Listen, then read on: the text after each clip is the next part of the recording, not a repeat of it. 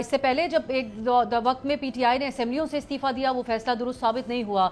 बहुत से और फैसलों को भी रिग्रेट किया गया। जो पॉलिटिकल फैसले होते हैं, इसमें पॉलिटिकल विजडम की भी जरूरत होती है। आज जो इमरान खान साहब का ये फैसला है असेंबली की जो कमेटीज हैं उससे इस्तीफा देने का, इसको आप कैसे देख रहे हैं? देखिए, आपको इसको सियासी तनाजुर में देखना पड़ेगा। जो असेंबलियों से इस्तीफा देने की बात होती है, उसको कहा जाता है कि जी वो दुरुस्त साबित नहीं हुआ। वो कैसे दुरुस्त साबित नहीं हुआ? कोई फिजिक्स के लॉ के मुताबिक दुरुस्त साबित नहीं हुआ?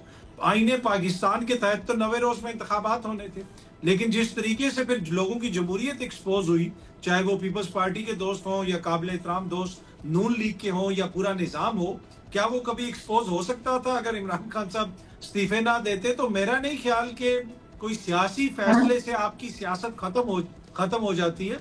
अब अगर कमेटियों से वो अलहदा हो रहे हैं, तो एक तरह से ये एक सियासी अमल का हिस्सा है कि जी एज ए प्रोटेस्ट हम अलहदा हो रहे हैं। बाकी जहां तक ज़िमनी इंतखाबात का ताल्लुक है, देखिए ये एक बड़ा फैशनेबल है कि जी अगर आपने इलेक्शन नहीं लड़ा तो अवाम आपसे पीछे हट जाएगी।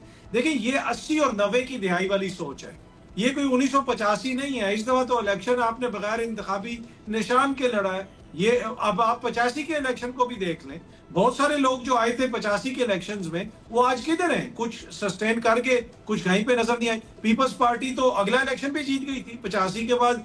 जो ही एक इलेक्शन हुआ जो फेयर था, पूरा ज्यादा फेयर नहीं था, फिर भी पीपल्स पार्टी जीत गई। पीपल्स पार्टी तो आज भी इधर ही है।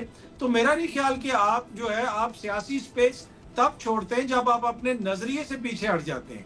जब आप जो भुट्टो का नजरिया था उससे पीछे हटे, जब आप वोट को इज्जत दो से पीछे हटे, तो फिर आपकी सियासत को नुकसान पहुंचता है। बाकी ये फैसले हैं, इनके ऊपर बहस हो सकती है, लेकिन मेरा नहीं ख्याल कि ये कोई ऐसा फैसला है जिससे कोई पीटीआई की सियासत पे बहुत बड़ा असर पड़ेगा। सब्सक्राइब करें और बेल दबाएं ताकि कोई खबर रह न जाए।